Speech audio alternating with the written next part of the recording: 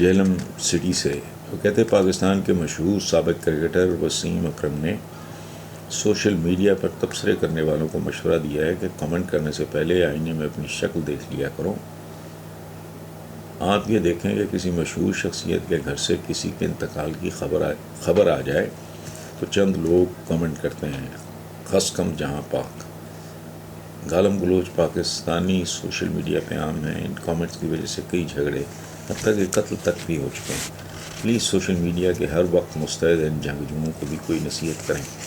لیکن میں ایک بات عرض کروں، میں نے آج ہی کسی پروگرام میں مجھ سے ایک بات پوچھی گئی کہ سب سے غلیظ حرکت کیا ہے، تو میں نے بے ساختہ اس کے جواب میں کہا کہ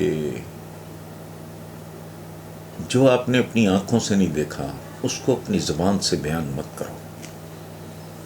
ہم اس میں ایڈ کرتے چلے جاتے ہیں، ایک عجیب سستا پن، چورا پن، چسکا فروشی کہہ لیں، چیزیں لینا کہہ لیں، اس طرح کی وہ زیب نہیں دیتا۔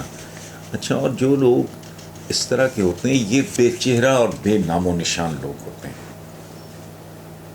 ان کی نہ کوئی عزت ہوتی ہے، نہ ان کی کوئی بے عزتی ہوتی ہے، نہ ان کا کوئی اچھا ہوتا ہے، نہ ان کا کوئی برا ہوتا ہے۔ ایک ABC اٹھ کے اگر کسی کے بارے میں کچھ بھی کہنا شروع کر دے تو وہ تو اس کا تو وجود ہی نہیں ہے، سوائے اس کے کہ جب بندہ کوئی اس طرح کی بات کرتا ہے تو پڑھنے والا یا سننے والا یا دیکھنے والا اس سوچ میں پڑ جاتا ہے کہ اس آدمی کی رگوں میں کس ماں کا دودھ ہوگا، کس باپ کا خون ہوگا، اس کی تربیت کیسی ہوگی۔ مطلب یہ ہے، ٹھیک ہے۔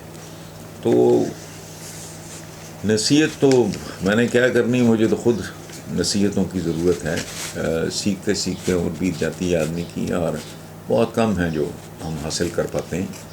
تو نصیحت کرنے کی پوزیشن میں تو میں نہیں ہوں۔ میں صرف اتنا بس کروں گا کہ یہ سوچ لیں، خلیل جبران کا ایک بڑا خوبصورت جملہ ہے کہ جب آپ کسی پہ انگلی اٹھاتے ہو تو غور کرو، باقی 3 انگلیاں خود آپ کی طرف اٹھی ہوتی ہیں۔